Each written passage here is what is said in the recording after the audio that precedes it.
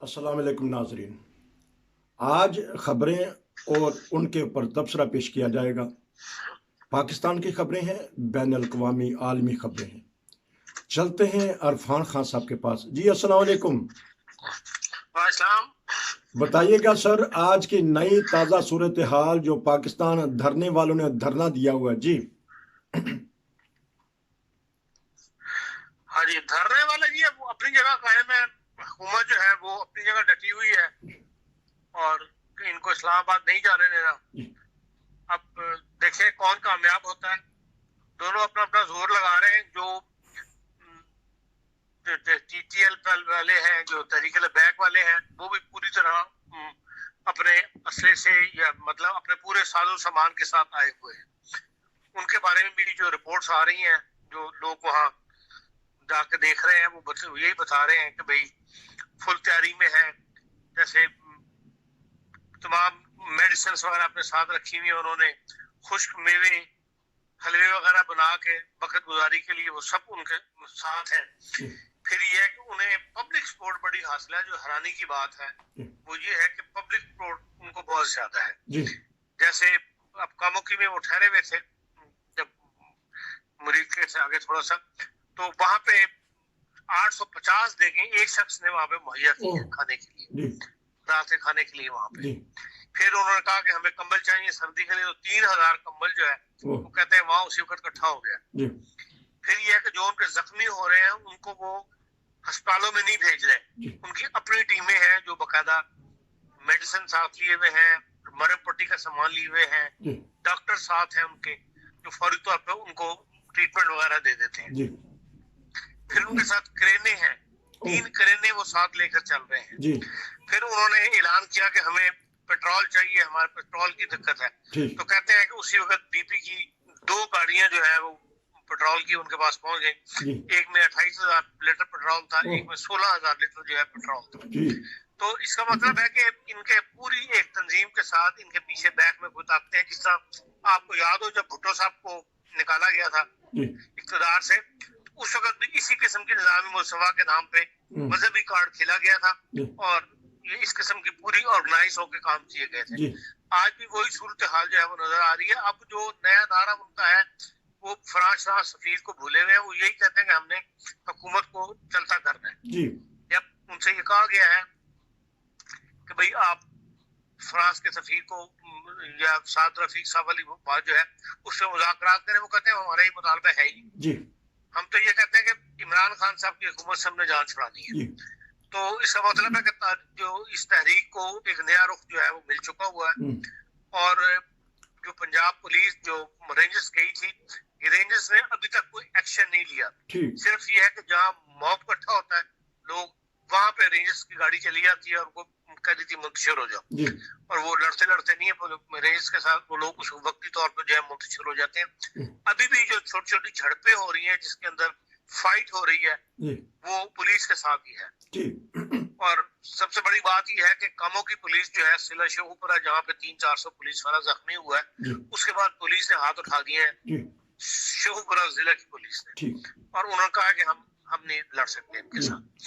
तो जिसके बाद लाहौर से पुलिस जो है वो भेजी गई है जो इतलात है, और उसी के पहुंचने में देर लगी और ये इतनी बड़ी गड़बड़ जो वहाँ हो गई जिसमें उन्होंने पुलिस वालों को ज्यादा जख्मी भी कर लिया और अपनी फोर्स जो है वो ज्यादा मुनज़्ज़म तौर पे उन्होंने कर दी।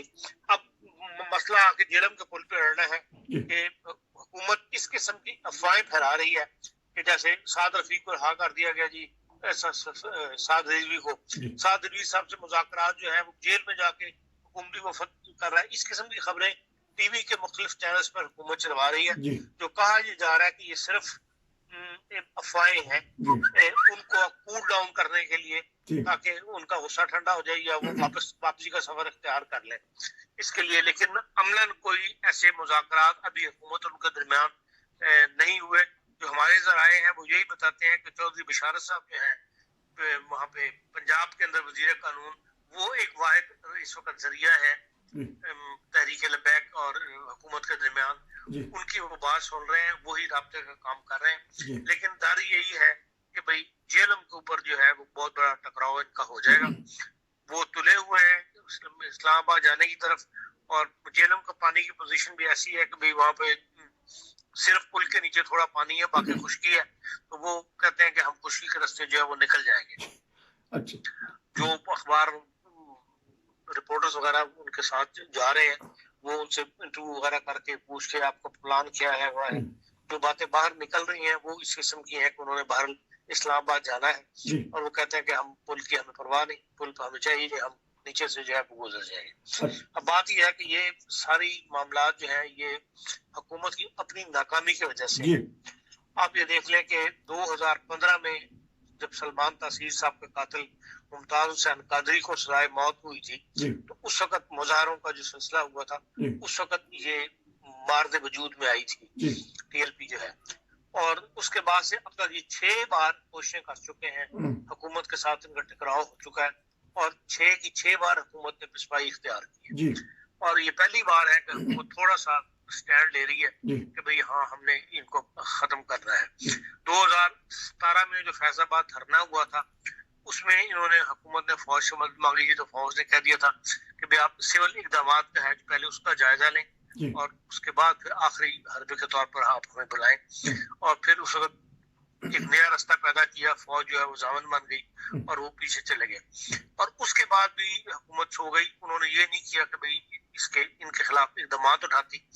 جس کو آپ کالعدم قرار دے رہے ہیں پھر اس کے خلاف کالعدم والے اقدامات بھی اٹھانے چاہیے. جی جی بات یہ ہے کہ شیخ رشید صاحب کل تک ان کے حامی تھے، جی اور آج وہ کہہ رہے ہیں کہ جی ٹی ایل پی جو ہے وہ عالمی سطح پر 80% تنظیم میں قرار دیا جا سکتا ہے، اس لیے کہ بار بار وہ فرانس کے سفیر کا نام لیتے ہیں، جی اور یورپی یونین جو ہے وہ اس معاملے میں بڑی سخت ایکشن لینے پہ اتری ہوئی ہے، مطلب ایک سخت موقف رکھتی ہے کہ بھئی یہ کیوں ہر 4 دن کے بعد فرانس کے سفیر کو نکالنے کی بات کی جاتی ہے. جی تو انہوں نے مطالبہ کیا ہے حکومت پاکستان سے ٹی ایل پی کو کہ اس کو عالمی سطح پر ہم دہشت تنظیم قرار دے دیں گے کا مطالبہ جو ہے ہم انٹرنیشنل لیول پہ لے آئیں گے، نہیں تو آپ ان کا بندوبست کریں.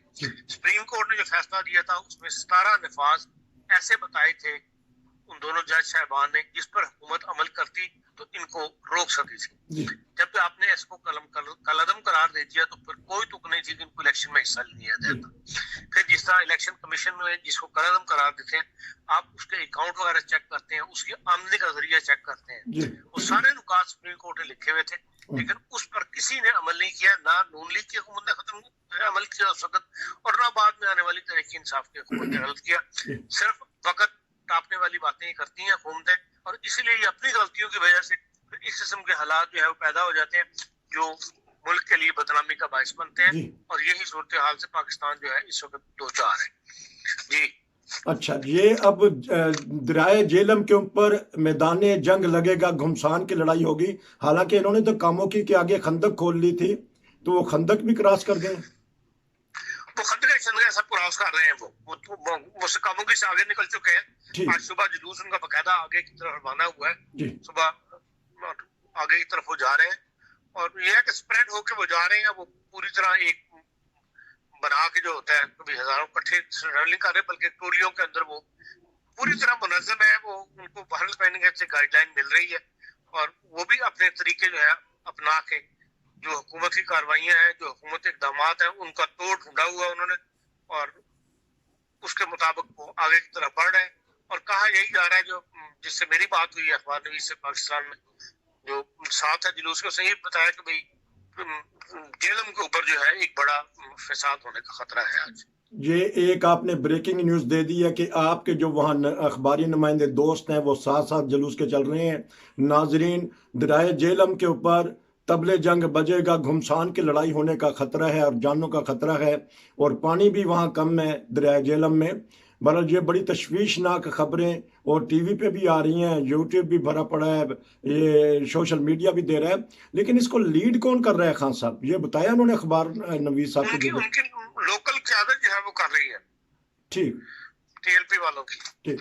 تو لیکن یہ بھی خبریں آ رہی ہیں کہ انہوں نے کہا کہ کسی کے اوپر اعتماد نہ کیا جائے. اگر جھوٹا پراپوگنڈا کرتے ہیں کہ سعد رضوی صاحب کو چھوڑ دیا ہے یا مذاکرات مکمل ہو گئے ہیں، کہتے ہیں کہ جب تک کہ وہ جلسے میں آ کے ہمارے سٹیج پہ آ کے خود نہیں اعلان کریں گے اس وقت تک ہم نے جنگ بندی یا پیش قدمی نہیں روکنی. جی जो मुकामी क़यादत है उसका मुतालबा इस वक्त यही है कि साद रिजवी साहब को जो हमारे सामने पेश किया जाए। हाँ ठीक है, हुकूमत ये कहती है कि हम साद रिजवी साहब से इस्लामाबाद में मुज़ाकरात कर रहे हैं, ठीक लेकिन ठीक हमारे ज़राए ये कहते हैं कि साद रिजवी साहब से मुज़ाकरात कोई नहीं हो रहे।